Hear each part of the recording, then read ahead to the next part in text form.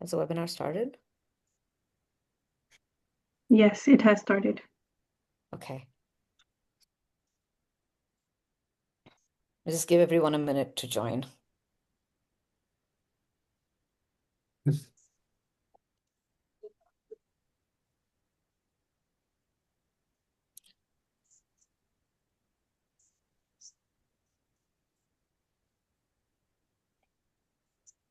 Yes, I will. Um, Hello everyone. My name is Amba Salilkar and I work with the International Disability Alliance Secretariat. I welcome you to today's webinar, which is called When Leadership Meets Necessity, Refugees with Disabilities, Global Funding Cuts, and the Promise of the Global Disability Summit.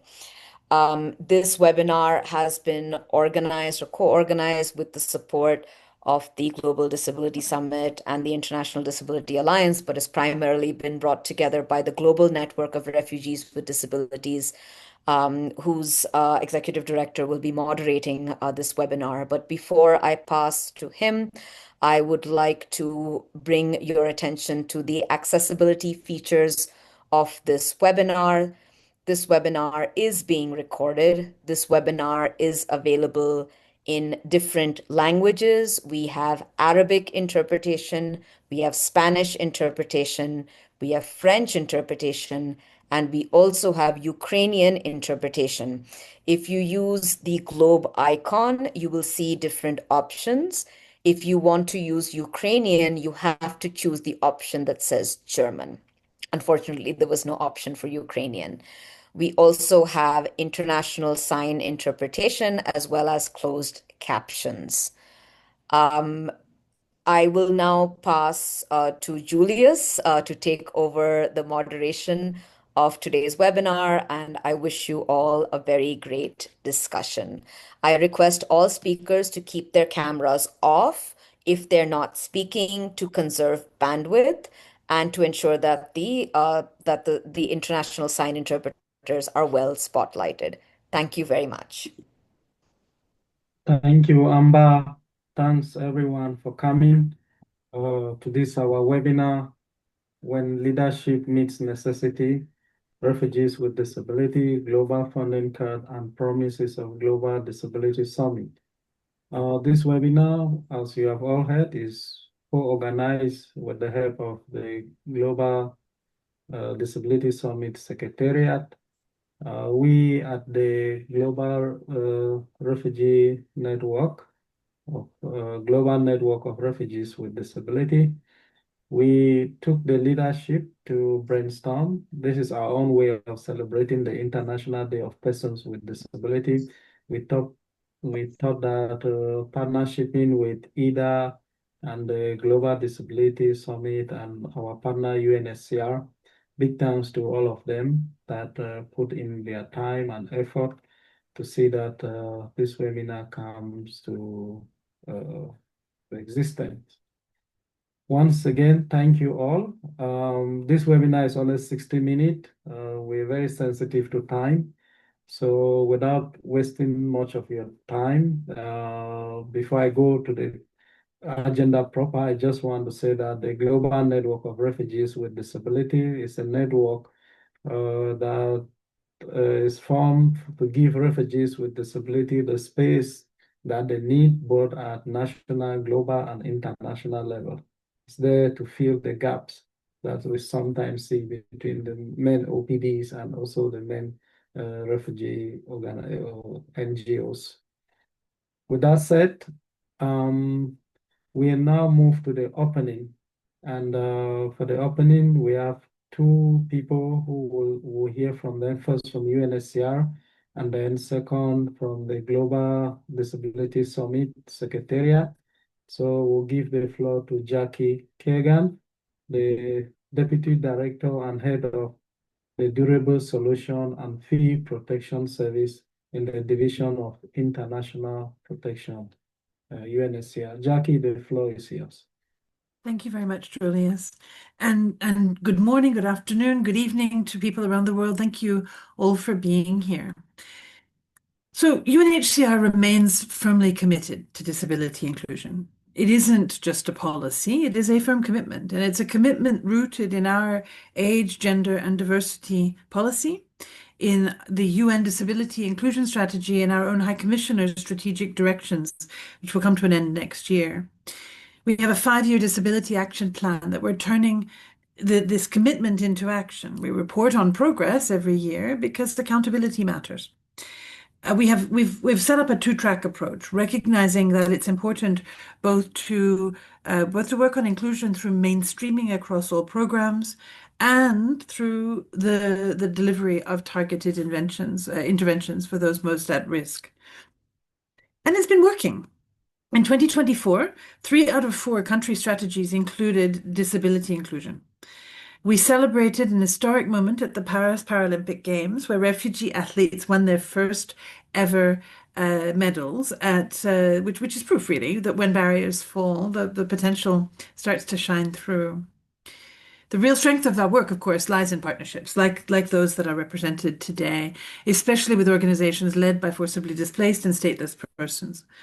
So last year, we signed 251 grant agreements with organizations led by refugees, women, and persons with disabilities in 45 operations.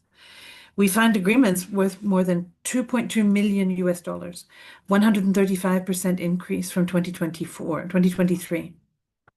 With the support of the International Disability Alliance, we launched an award to celebrate organizations supporting disabled persons with disabilities. Supporting displaced persons with disabilities. Winners came from Honduras, Syria, and Malawi. These partnerships help create the global network of refugees on disabilities, giving disabled persons with disabilities a global voice. And for this, I'd like to take the opportunity to commend Julius, who has been doing an amazing job leading this group. But of course, resources are tight. We are learning new ways of working, all of us, not just in disability inclusion, in every part of our work. We will not be in as many countries next year. UNHCR will not have as many partners, and our strategies will be more narrow. These are the times we live in. We are looking to the future, however, and even in these challenging times, we've chosen to remain committed to disability inclusion.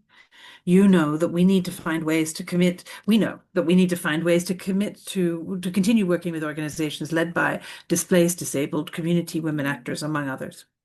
We will invest more with national systems to break barriers and open doors, to the institutions that open support for the enjoyment of economic, social, cultural, civil, and political rights. From guides for displaced people for Ukrainians in Romania, to social services for thousands in Turkey, to mobility inclusion cards in Djibouti, we have I'm sorry, because you're reading, can you please read slower? Thank you. Sorry. We produced in last time guides for displaced Ukrainians in Romania, social services for thousands in Turkey, and mobility inclusion cards in Djibouti. These are tangible steps towards inclusion that need to be multiplied. Finally, UNHCR remains an active member of the Disability Reference Group, advocating for stronger interagency collaboration. We need to work together to have the impact we all seek. So, our message today is simple. Even with limited resources, we need to keep investing in partnerships with organizations led by persons with disabilities. But we cannot do this alone. We need your voices, your leadership, your ideas, and we need to build together responses that truly leaves nobody behind. Thank you. Thank you so much, Jackie. Thanks a lot to your colleague of UNHCR and yourself. We can see your commitment. That's why you are here. And we know it's challenging times, but we looking back and saying, yes, we have a partner who even at challenging times is still with us. And so for that, we thank you very much. So we'll now go to Greta, who represents the Secretary of Global Disability Summit. We know it's a very important player when it comes to disability inclusion and at the global stage. So Greta, the floor is yours.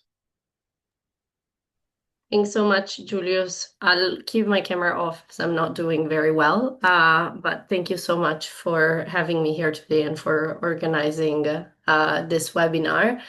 It's a pleasure to join you on behalf of the Secretariat of the Global Disability Summit. As some of you may know, we're housed and permanently hosted by the International Disability Alliance. And the role of the team that I lead is really to provide information, offer coordination and input when it comes to the different components of the Global Disability Summit. To get us started and maybe frame a bit what I think would be the value of this webinar in the context of the Global Disability Summit, I think now it's a prime opportunity to start work and start taking real concrete action based on all of the commitments and all of the promises that were made on stage at the Global Disability Summit. Commitments really should be used as practical tools that can prompt concrete actions, especially in areas where coordination is currently maybe weak.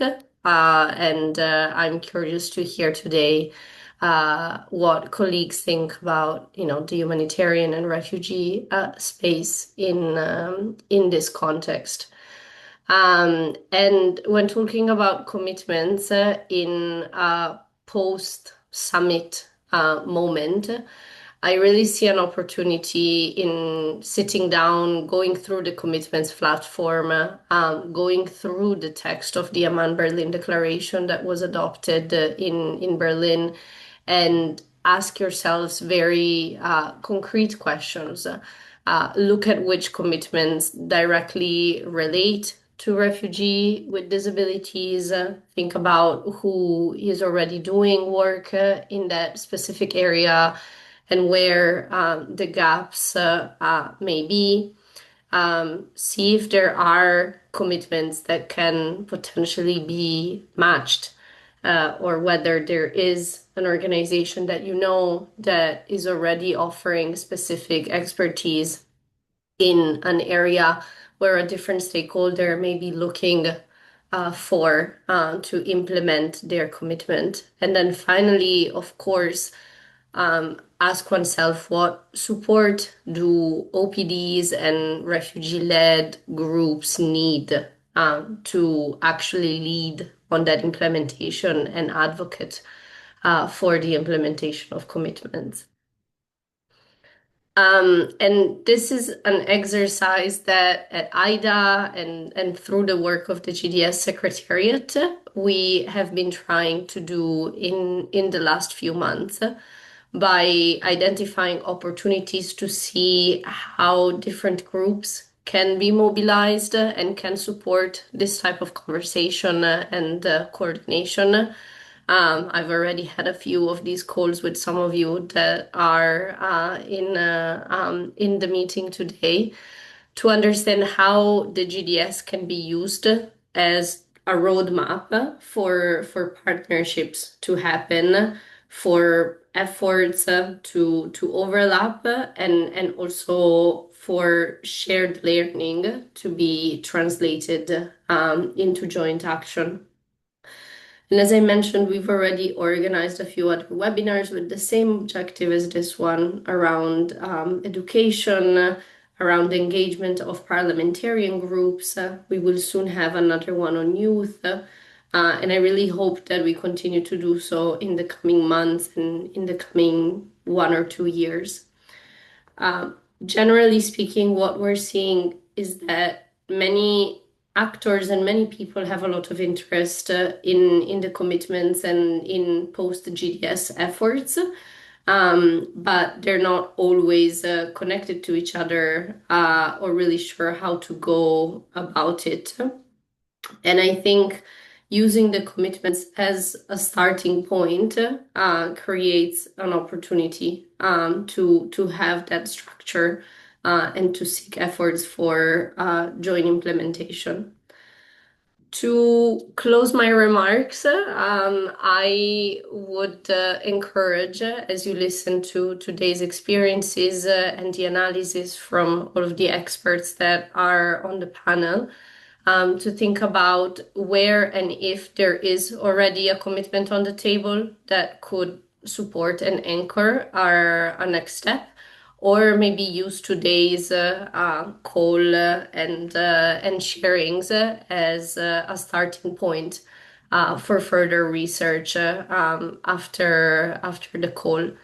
There already may be commitments that can be turned into action and can support the specific action that you wish to happen. So I really welcome the opportunity to have this webinar and to have this conversation. Thank you so much again, Julius and colleagues, for having me here today. Thank you very much, Greta. We really appreciate your opening remarks. And hopefully by the end of this webinar, whoever will see if we use it as a springboard or as a way to dig deep into the commitment and see how to make it move forward. So now, because of time constraint, we'll move straight to the next point of the agenda, which we'll call on Christine Lange to present her recent report on the impact of global funding cut that is affecting refugees with disability disproportionately. Christine, the floor is yours. Great. Thank you, Julius. Really happy to be here. So thank you so much to the Global Network of Refugees with Disabilities, to IDA, and to the GDS Secretariat for organising this really great event today. I'm going to try to be brief, stick to my time, because I'm really looking forward to hearing from the Global Network members today. Let me share my screen. Hopefully this works.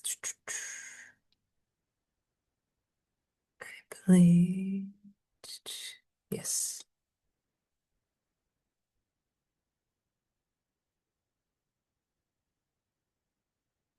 Okay, just quickly checking if that's working. Yes, it's working. Great, thank you.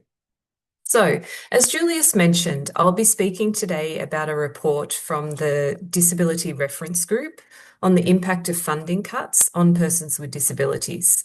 And we know that those funding cuts are impacting refugees with disabilities disproportionately because refugees with disabilities really face that double discrimination on the basis of being a person with a disability and being a refugee. But maybe just very briefly, a few minutes for those who are not aware, I'll give you a quick overview of the Disability Reference Group.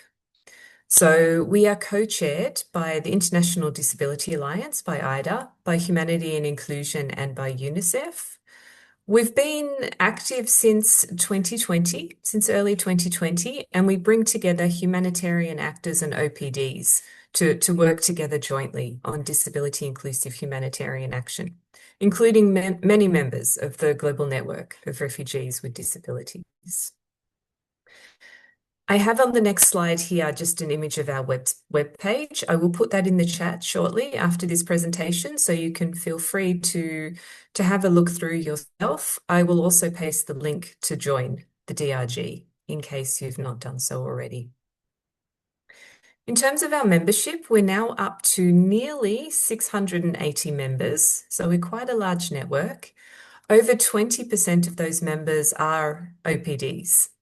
And just over 20% are also local and national actors. So we have a really great representation of many of you, which we're really pleased about. In terms of our areas of work, we have 4 main work streams. One of our work streams is on operationalizing guidance. So this is really focused on capacity strengthening of humanitarian actors.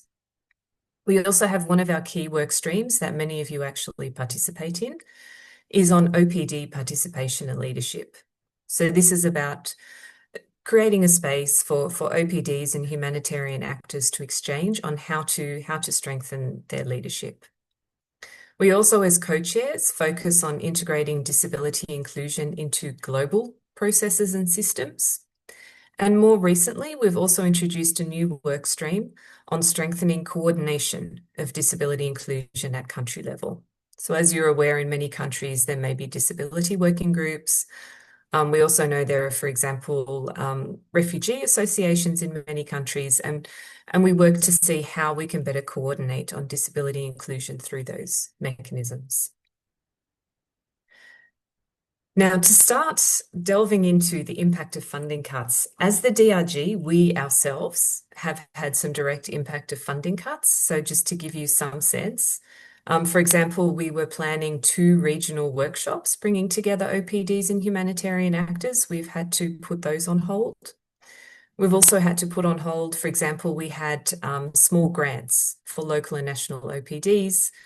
We were also in the process of engaging a deployee to be sent to emergencies to support the delivery of emergency response in country. So all of these activities are currently on hold due to the funding cuts, which gives you some sense of the impact we're already feeling. But we also shared a survey amongst our membership. And we're about to actually relaunch the survey to have more updated results. So these results I'm sharing with you now are from June this year. We were unfortunately surprised at how much impact we were already seeing back in June. So we can only imagine how much more significant the impact is now. So in June, 75% of our respondents stated that their work on disability inclusion was already being impacted. Now, our respondents were UN entities, NGOs, and OPDs at country and global level. And the majority of the respondents indicated that they were concerned that these cuts would result in more limited access by persons with disabilities to life-saving assistance. There was already concerns at that time. I have a few quotes on these slides. I'm going to share the slides afterwards for everybody to read through rather than needing to take too much time to read through all the content on the slides. Now, in terms of impact on people, which is ultimately what we care about the most, what is the impact on people in countries needing access to humanitarian assistance? So our survey responses showed a number of different impacts. 67% of our respondents were concerned that these funding cuts would result in more limited access to humanitarian assistance. The second top answer was 57% of respondents, stating that this would result in increased risk of violence, exploitation, and abuse for persons with disabilities, and increased likelihood of engaging in negative coping mechanisms. Now, I expect that we'll have a lot more discussion and delve into these a lot more from those of you who are actually seeing these impacts already on the ground. Now, in terms of reduced capacities, so we had a lot of our survey respondents highlighting their concerns around a cut in staffing on those positions that are working specifically on disability inclusion. So just over half of our respondents stated that their organisation was already planning to cut positions that work on disability inclusion. And a lot of our respondents gave examples of concerns they had around this, that, for example, one of the most common responses was that cutting disability-specific staffing positions risks then this agenda being taken up by those who don't have the specific expertise, this agenda being diluted under broader inclusion umbrellas, for example, and all the risks around that. If there's time in Q&A later, I'm happy to delve into this a little bit more, and can also share a link to the full report so that you can have a read yourself in more detail. Now, in terms of the impact on activities that organisations are carrying out, I can read just one of the quotes here and then share with you the full report to read more. But for example, even though the funding cuts have affected inclusion of persons with disabilities in humanitarian interventions, there has been very little effort made towards empowering organisations of persons with disabilities to carry out projects and activities in this light. There remain very few funding opportunities tailor-made for OPDs. So that really points to one of the key concerns that was raised in responses to this survey, which is that while this environment does provide some opportunity for OPDs to have a more active role in humanitarian action, we're not yet seeing that opportunity realised. So there are some great opportunities through the GDS and the GDS commitments to see how we can better realise this opportunity for OPDs to have better access to humanitarian funding and a more active role in humanitarian response. One of the other concerns that was raised by a lot of respondents was that disability inclusion is not seen as a life-saving intervention, and as a result, it's often one of the first areas of work that are cut. So specifically, in terms of what responses people were giving to this question on how your activities are being impacted, 95%, so an overwhelming number of respondents, stated that measures to remove barriers to accessing humanitarian assistance, like accessibility measures, those activities are being impacted already by the funding cuts. The next highest number of respondents was 77%, stating that the direct delivery of assistance to address basic needs was already being impacted. So some really concrete impacts there. And I will wrap up there because I'm just on 10 minutes, but thank you very much. There's a few links that I will be sharing in the chat so that you can read further, and I'm very much looking forward to hearing from the other panelists. Thank you, Julius. Back to you. Thank you very much, Christine. This is a very interesting report that I'll encourage everyone to read as you will be posting the links in the chat. Now, we will go straight to our testimony and life experiences from our member. Please remember we have very short time, so keep to the 2 to 5 minutes that you are given. Make sure not to go above because we have to listen to 3 people sharing 15 minutes. So 15 to 20 minute mark. So please be on time, be brief, be summarize, because we know the testimony has just so much that if we keep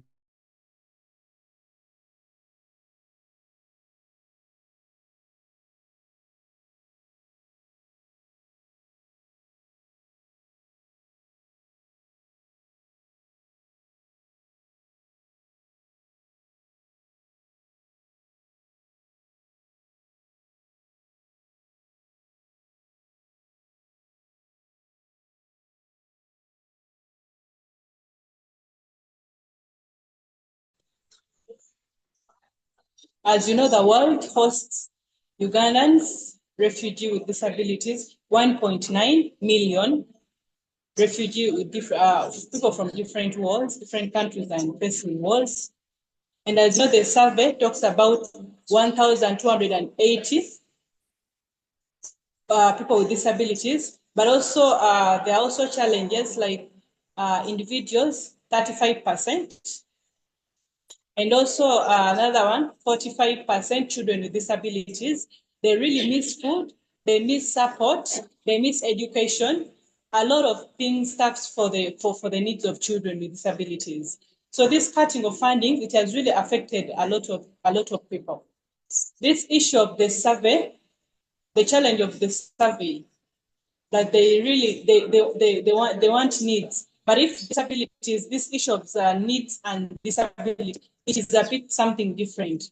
So UNHCR talks about the issue of the needs, but that we have women, we have children, they're all inside, and they are left behind, but they're all supposed to be general inside in this in helping people with disabilities. So a lot of children are missing the needs.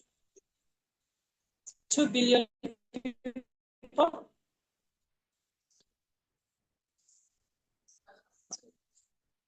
35% of disabilities are actually challenging.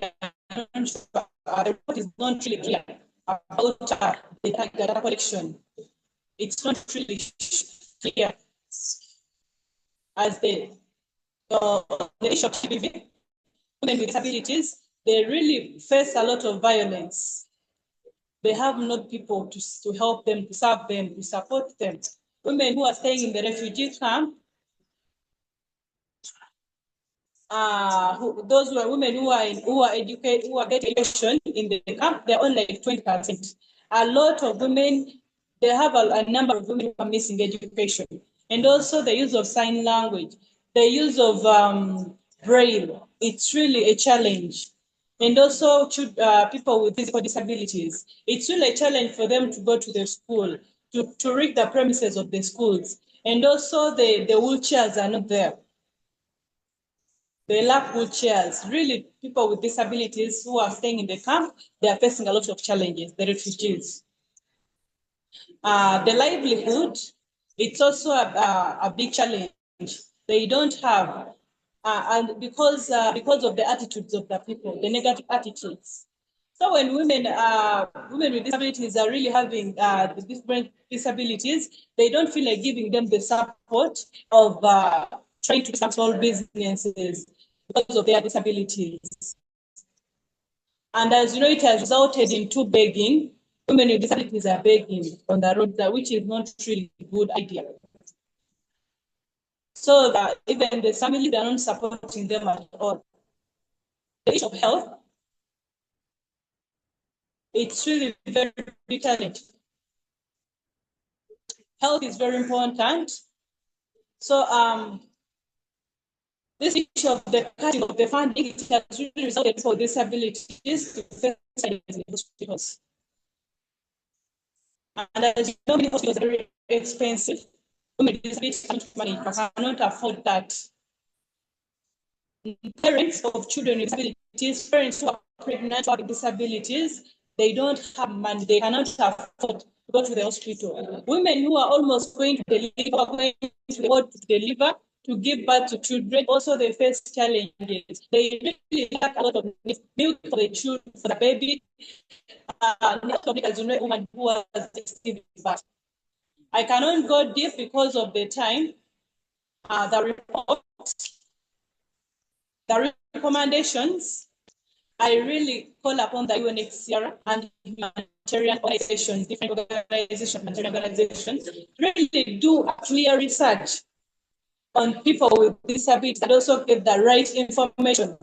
Because people with disabilities, at least talk about the age, and also we have to know the different types of disabilities and also different age of children with disability, women and men, all of them, so that it's for you to support to study the food. And having a lot of inclusion, yes, inclusion is there, but how are you about inclusion? For example, very many donors, they bring food and they just distribute. But remember, people with their impairment, they miss food. And also children, they also miss food. I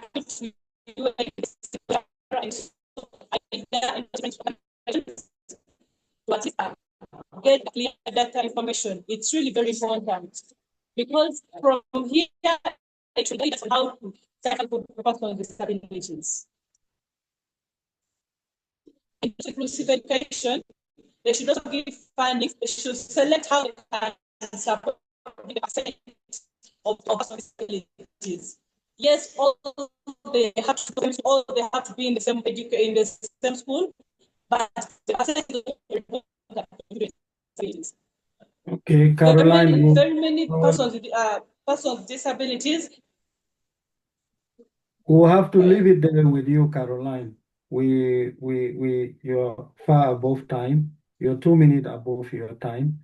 And you know, this webinar is only 1 hour. We know there are a lot of recommendations, but thank you. It's okay. Thank you It's so okay. Let much. me just conclude very fast. Okay, so we are social to connect with all donors to support us with disabilities. Appeal to different international organizations to hear our challenges, respond to them, because the challenges are. Okay, now, thank you, Caroline. Thank you so much. We will now give the floor to one of our members, Obada Al-Asmin. chair of Syrian Disability Movement and based in Jordan. Obada, the floor is yours. We want also to hear from different geographical areas. That's why we selected our members from different angles of the world. So Obada, the floor is yours.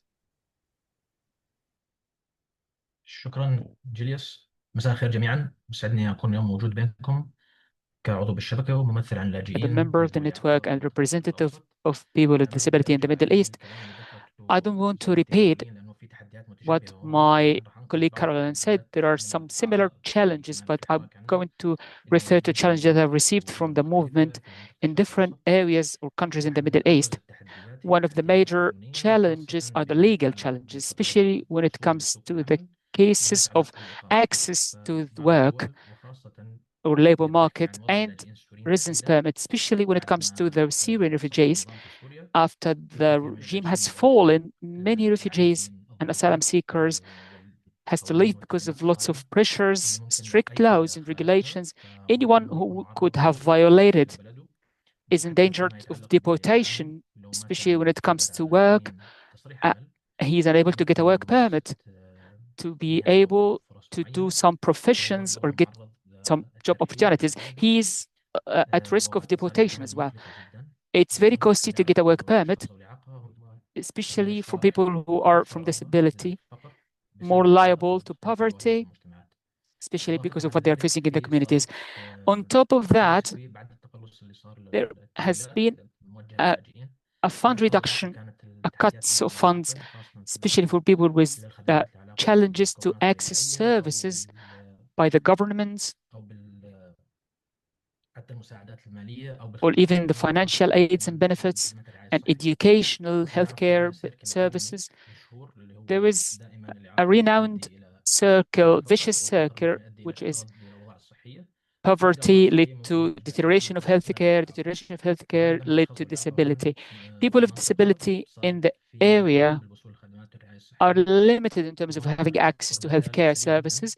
You might have noticed one of the examples that will summarize the condition. One of the person who is based in the refugee camps, and in these refugee camps, there is duplication of the challenges, especially girls. A person who would need to have a surgery done, but the Commission and all the international organizations and the local organization, none of them managed to provide the sufficient funds to do the surgery. So he had to leave and get back to their country, to Syria. As you know, a country that has just come out of war, there is a lot of lack of services. Just even in Syria, he didn't manage to get a fund to do the surgery, and that resulted in him losing his life. One of the most tragic stories you might have heard about how funding cuts can impact people with disability. Many testimonies from other people from different countries with disability that with funding cuts and the pressures of returning back to their countries, especially that many countries believe that Syria is now settled and ready to receive asylum seekers. You know that there are many people have lost their homes.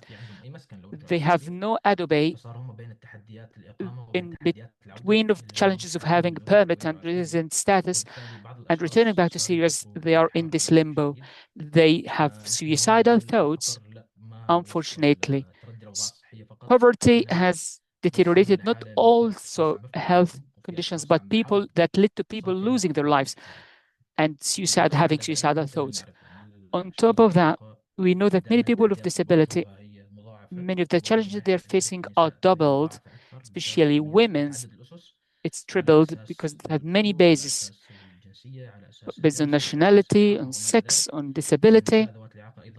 Women of disability, they face violence, doubled violence because of the disability from the families, from the community where they live, especially communities that lack services that are in camps and urban areas.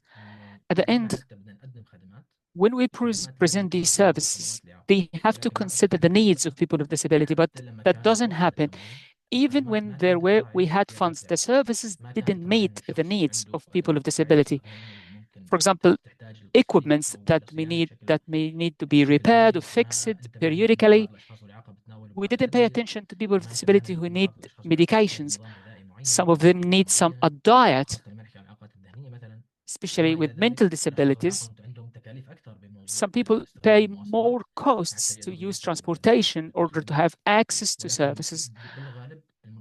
Most likely, organizations and commissions of disability, they do not consider these needs of people with disability, especially when it comes to protection, social protection needs.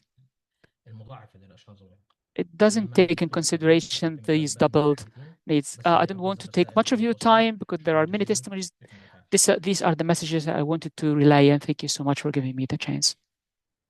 Thank you very much, Obada, for giving us this perspective in the Middle East, but also that is shared with most refugees with disability around the world.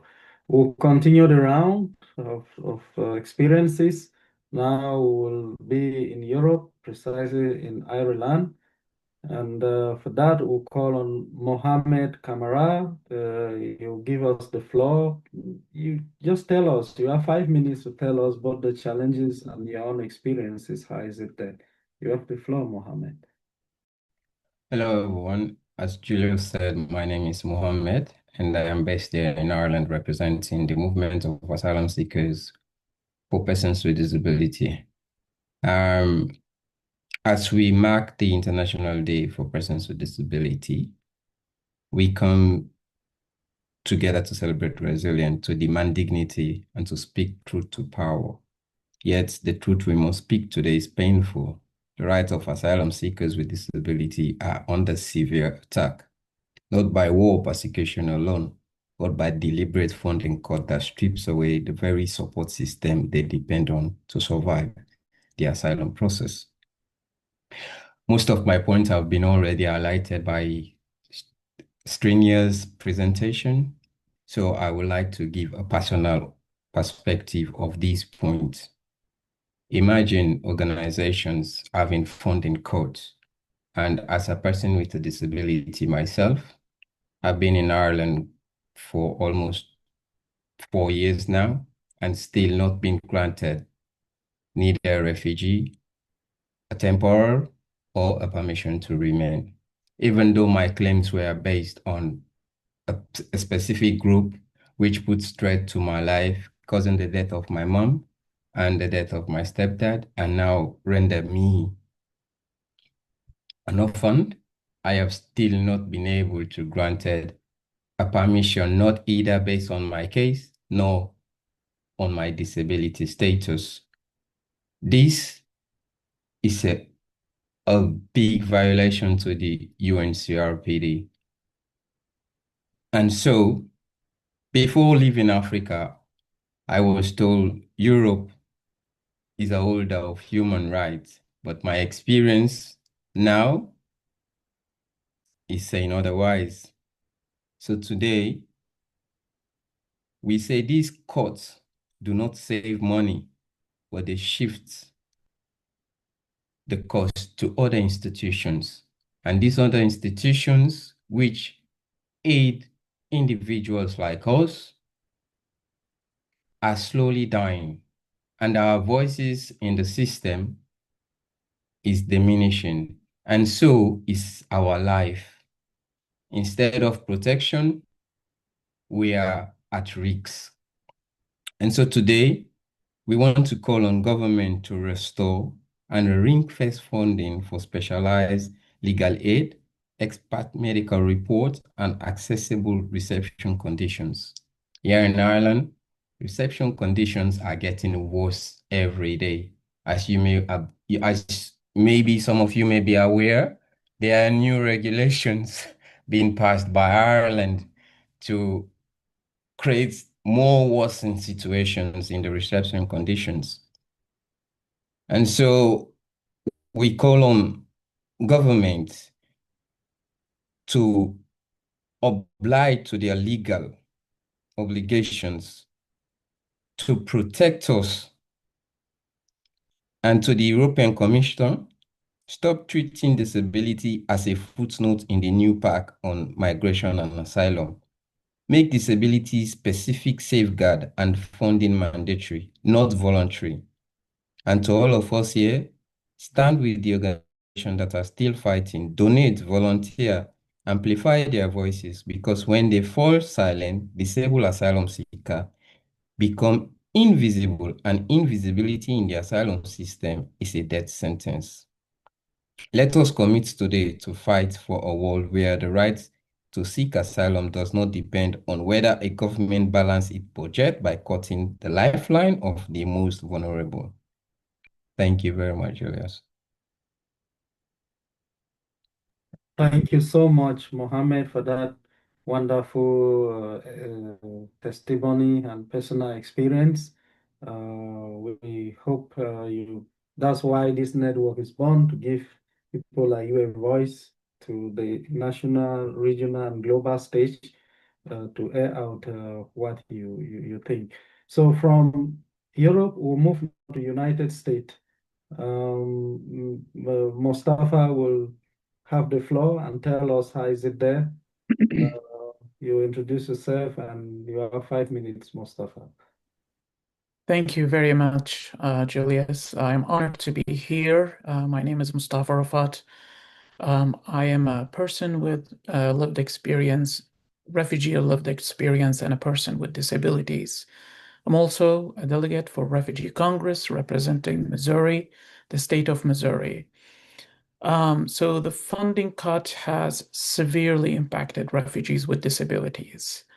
I am a PhD candidate. I do research on this topic, and I want to share a recent lived experiences from the United States. When this current administration cut the funding, the impact was immediate and severe on refugees with disabilities. Here in Missouri, in my city, about 15 families who arrived from a very difficult refugee journey, and they were left in hotels for months without any support.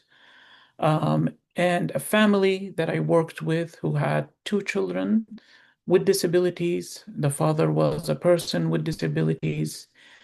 And I noticed how their situation got worse.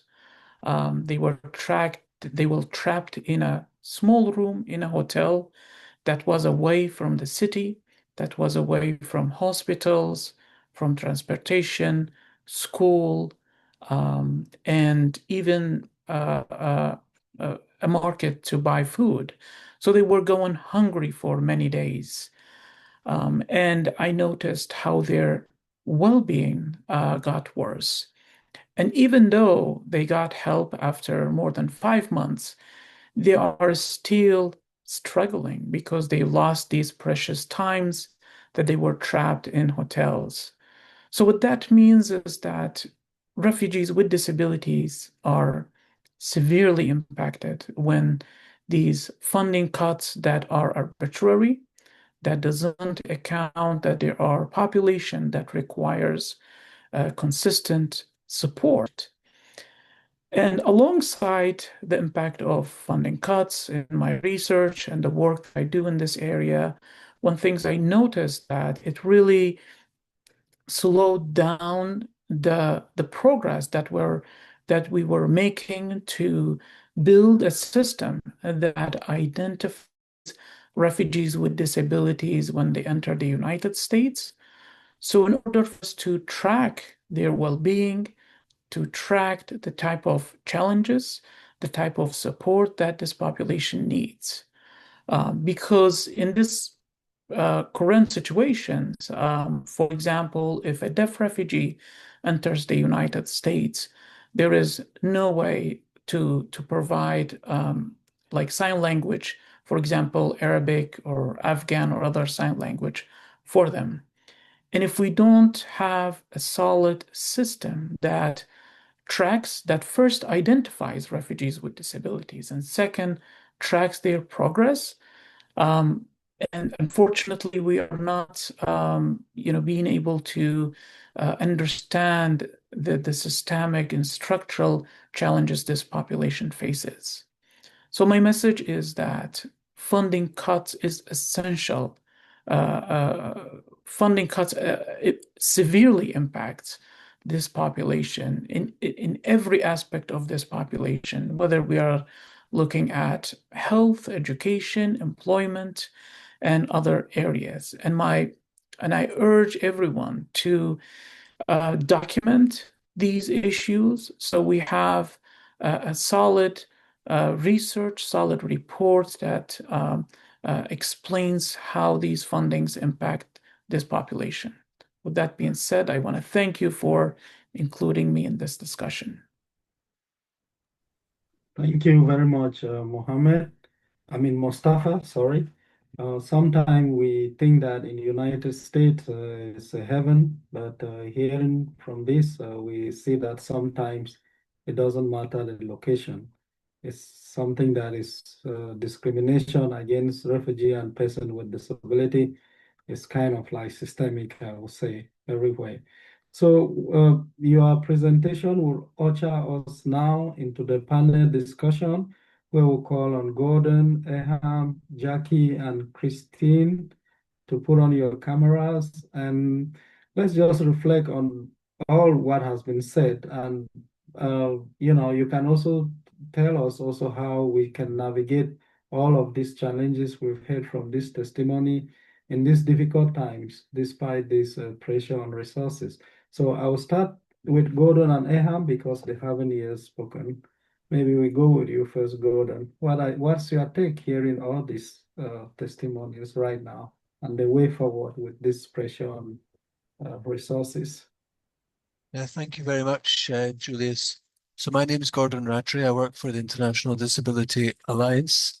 I want to thank the people who gave the testimonies. I think this is it's really, really important to hear the reality of the situation.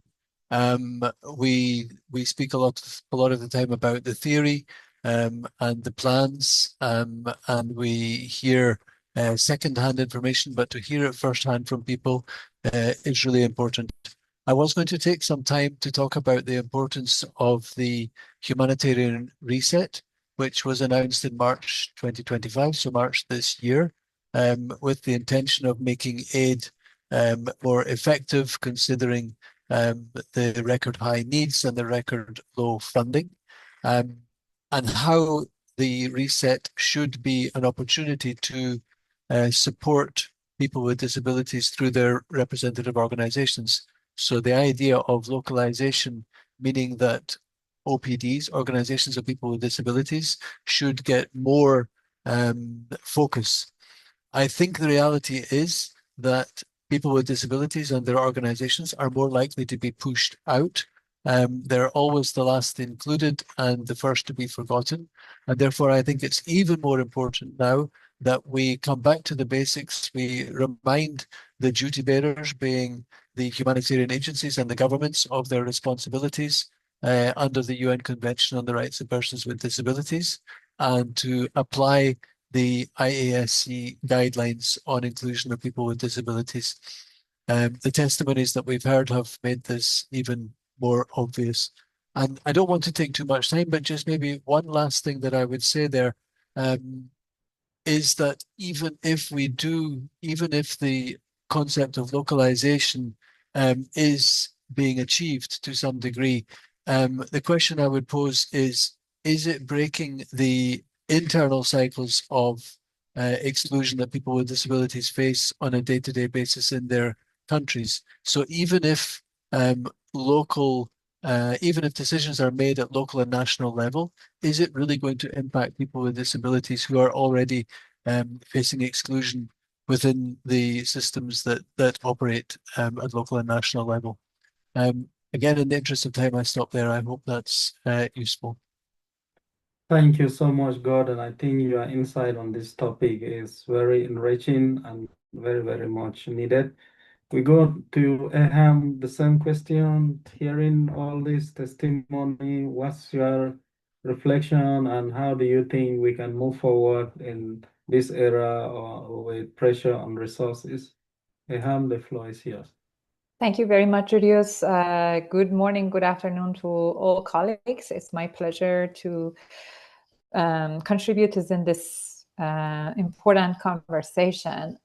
So I want to use my opportunity to highlight a couple of things that I think we should consider moving forward based on what we just heard from colleagues providing testimony. First of all, let's be honest and transparent. The last Global Disability Summit was a missed opportunity to ensure inclusion and support for and participation for forcibly displaced people with disabilities. I mean, I don't have time, and it's not meant to be like talking about why and how that happened. But I wanted to use this to say, let's make the next Global Disability Summit different.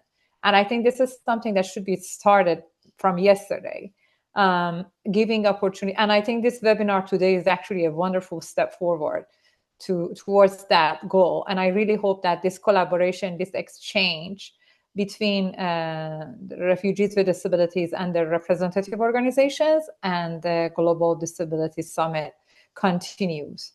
I believe that having them, these refugees participate in providing support to the Global Disability Summit Secretariat through the NGO reference group. Even going through the commitments that were provided, you can see that there is a lot of missed opportunity, as well as in the Amman-Berlin Declaration, to the extent that I sometimes feel we really need an addendum to the declaration to highlight the commitments and what needs to be done to include forcibly displaced people with disabilities, especially right now. Everybody talked about the humanitarian cuts, in funding. I want to also highlight the anti-refugee, anti-migrant rhetoric, which is unbelievably going on. In addition to anti-inclusion, anti-diversity rhetoric and narrative, which we know is going on, unfortunately, seriously, including through some of the main leaders, political leaders. And I really think that it's super important to make sure that all these issues are being considered by all pledge makers for the Global Disability Summit. One more thing that I want to highlight is that we need to work on enhancing collaboration between refugee movement, refugee supporting organizations on one side, and disability movement and disability serving organization on the other side.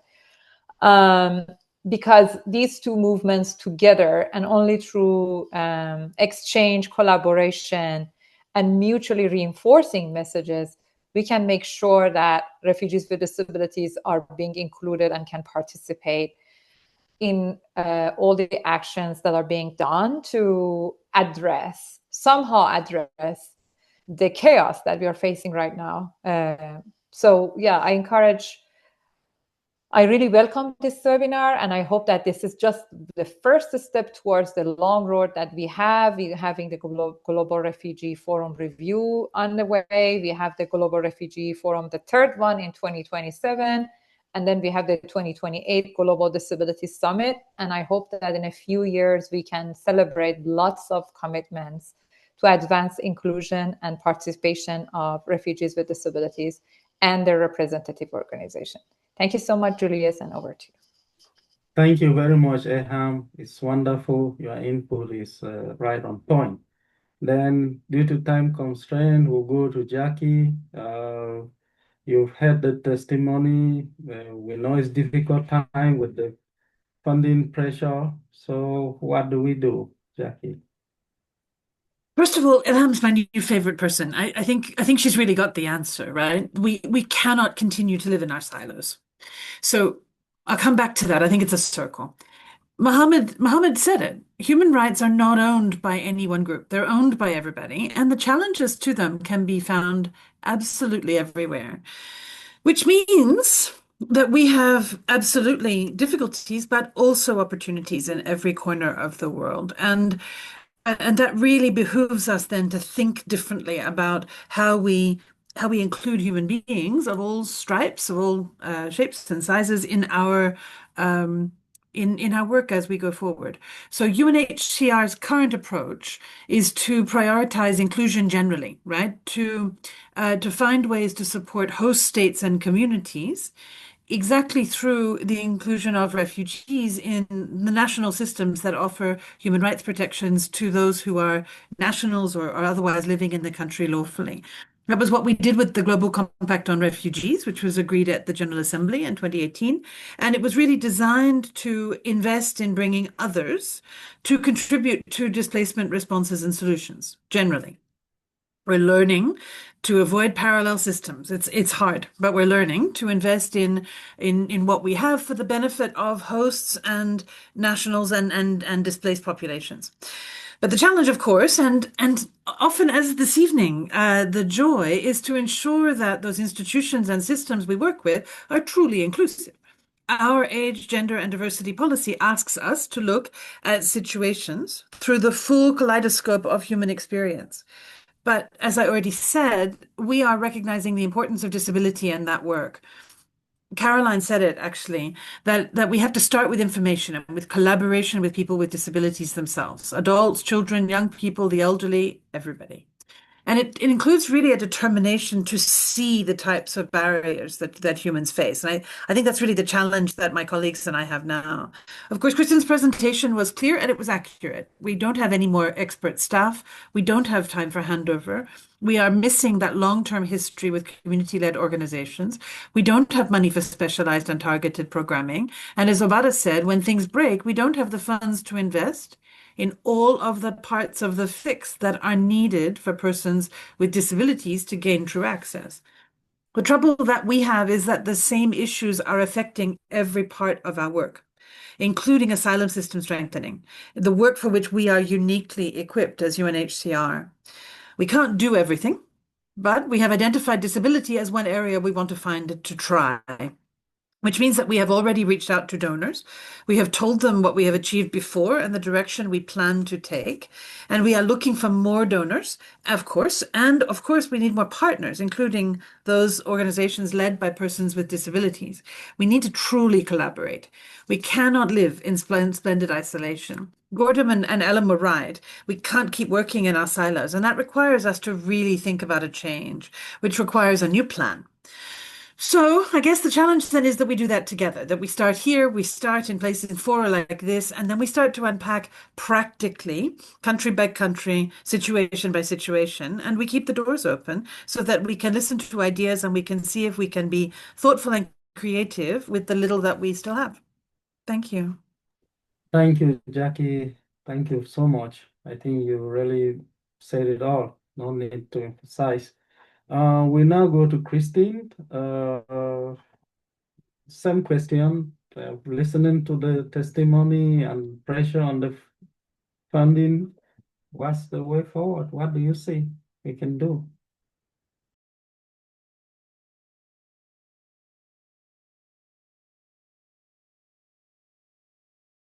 You're still with us, Christine.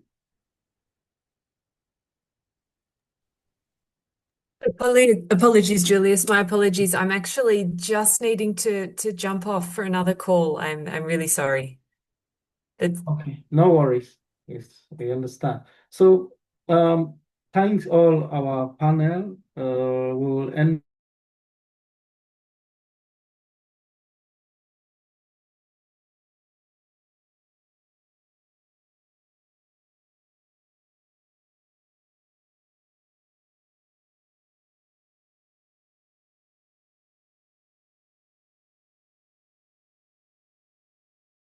Or, comment. We just have 2 minutes for this. We have 5 minutes above time. I hope we can wrap this in 2 minutes and then we have the closing remarks. So over to you, Amber.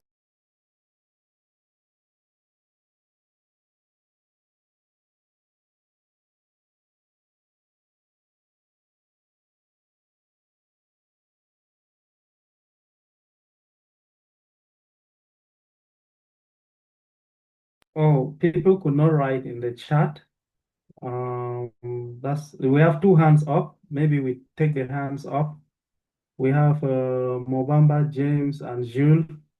You have the floor on mute, and you 1 minute each. Don't go too much because we are really behind time. So we start with you, Julius. Go ahead, ask your question. Yes, I think I'm audible. Yes, we can hear you. Go ahead. Yes, thank you.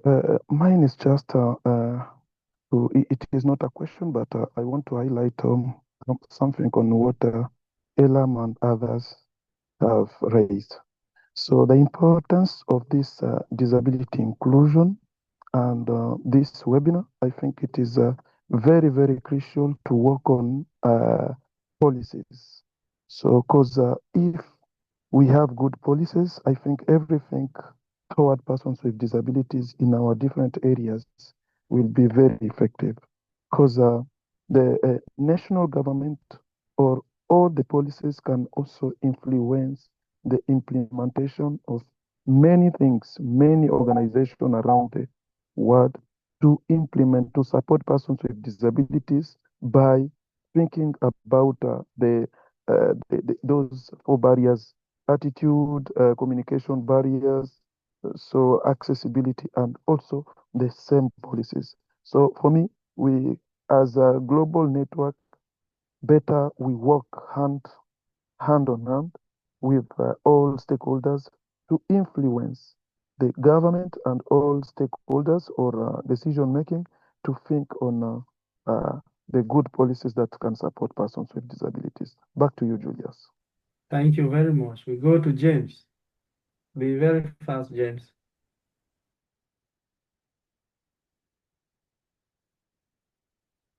James, you can unmute and go ahead, ask your question. You have 1 minute.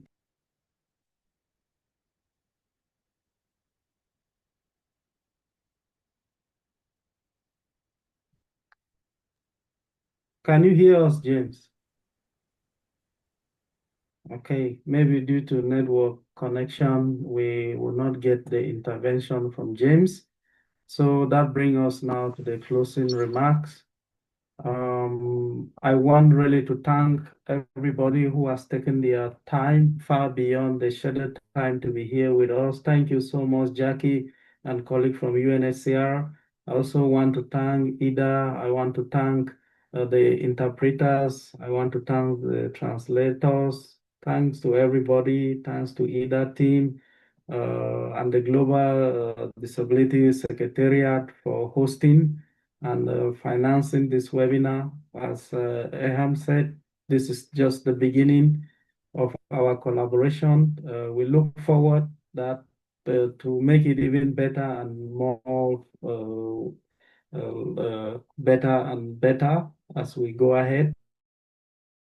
We will end here now, and we will have events in Geneva coming up both in aerospace, and we invite everybody to join us at the aerospace, those who will be in Geneva for the Global Refugee Forum Progress Review. We're still planning some other event, but that's not open to the public, but we'll share it. Thank you so much. See you again next time, and goodbye.